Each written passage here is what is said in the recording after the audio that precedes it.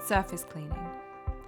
There may be some objects in your collection that require more than brush and vacuum cleaning to reduce surface soiling. In most instances, this will require the help of a professional conservator. However, there may be some objects that can be further cleaned by staff and volunteers without any conservation experience.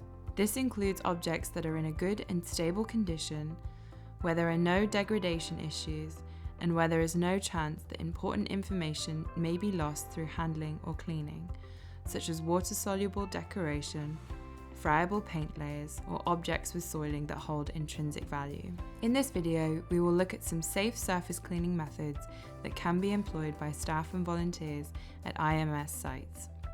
Swabs moistened with deionized water can be used to reduce soiling on objects that have a stable surface, such as ceramics and glass. Even some painted or finished wooden surfaces can be swabbed cleaned, but always perform a small test patch in a discrete area to see how the water will affect the surface coating, and avoid using water around metal components.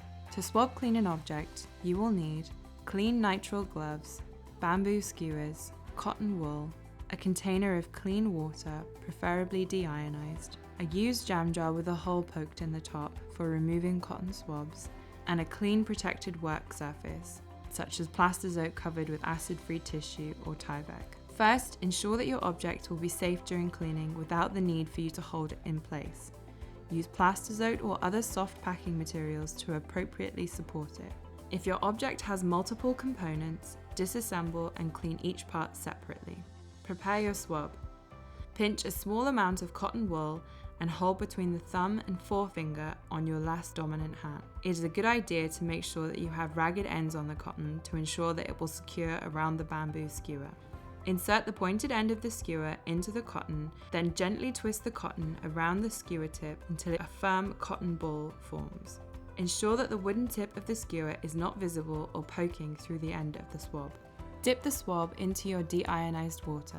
Do not saturate it with water, it should just be lightly moistened. You should not be able to squeeze water out of the swab. If you over-moisten, dab the swab on a clean paper towel to remove some of the moisture. Starting to clean. Working in small areas and using a rolling motion, move your swab across the surface of the object. Be methodical and work in small sections at a time. As your swab becomes soiled, poke it through the hole in the lid of the jam jar. As you pull the skewer away, the soiled swab should remain in the jar. Roll a new swab as before and continue to clean. Repeat this process until the entire surface of the object has been cleaned. Smoke sponge is a non-toxic vulcanized natural rubber sponge used by conservators to remove soot, dirt and grime from materials where dry cleaning may often be more appropriate, such as paper or cardboard, leather and some plastics.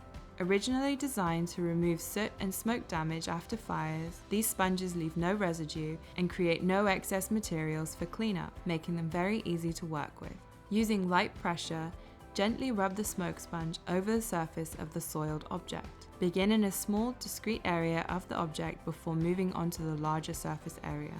As the sponge becomes soiled with contaminants from the object, switch to a clean surface of the sponge and continue cleaning.